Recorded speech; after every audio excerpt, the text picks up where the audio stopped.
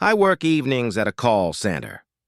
My extension keeps calling me, and every time I answer, it's my own voice, warning me about things that haven't happened yet.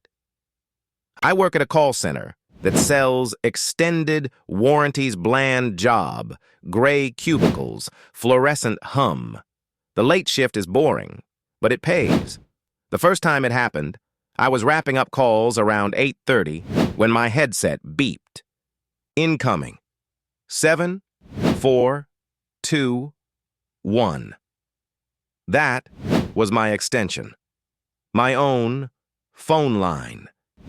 Impossible. I stared until it dropped. Night 2, it happened again. This time, I answered. "Miles," a voice said. My voice.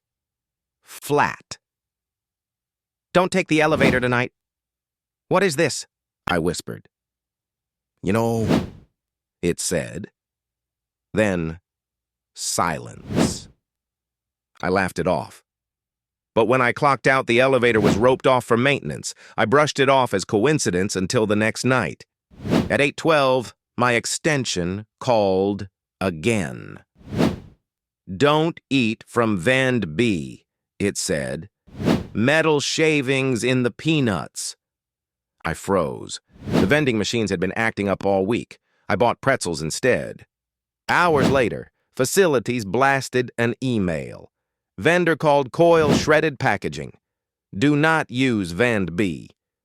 Now I was scared. Night 3, the call came at 9:02. "Left lane closed on 84, my voice said. "Don't honk." I almost hung up. But on the drive home, a cement truck drifted into my lane. I slowed, didn't honk, and avoided the collision. By now, my desk was covered in sticky notes. Times, warnings, all logged. My supervisor noticed and asked, half joking, if I was keeping a death diary. I smiled, but inside, I was shaking. Because the fourth night, the call wasn't for me. "Tell Ramon not to take 3rd Street, my voice said. Ramon was the new guy across the aisle. "Why?" I asked. "Manhole cover. Honda won't stop," I told him awkwardly. He shrugged, took 5th instead. The next morning, the city closed 3rd for hazardous road conditions. The warnings were real, and they were spreading. Then came the call. I'll never forget. 9:44 p.m., my line rang. "Walk out with Jess tonight," my voice said. Jess is my floor lead. "Why?" I asked. "Dog in the lot." "It's not a dog." At 10 sharp, Jess and I left together. In the far corner of the lot, under the lamp, something crouched. At first, it looked like a coyote, but its head was swollen, lumpy, wrong, like a mask stuffed with wet rags. It took 2 stiff steps toward us and collapsed like a pile of coats with no person inside. Jess grabbed my arm. "Nope," she said. We left together. That night, my extension called my cell. My cell. "Good," my voice said, then hung up. By now, I wasn't logging the warnings for proof. I was logging them like commandments. And the one that broke me came on Thursday. 10:27, it said. "Don't open the door." At 10:27, my neighbor Martha knocked. Sweet, 70, always bringing banana bread.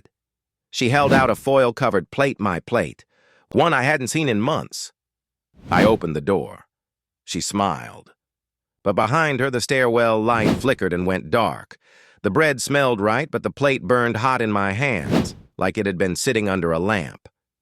That night, the call center's elevator jammed between floors. No one was hurt. Still, I kept thinking about the plate. How did she get it? Why was it hot? Friday. The extension didn't call at all. At 10:01, my landline rang. I don't have landline service. Loop break, my voice said, but this time it sounded lighter. We made it through Thursday. We don't always. I sat there in the dark, phone warm in my hand, wondering what version of me was out there making sure I listened.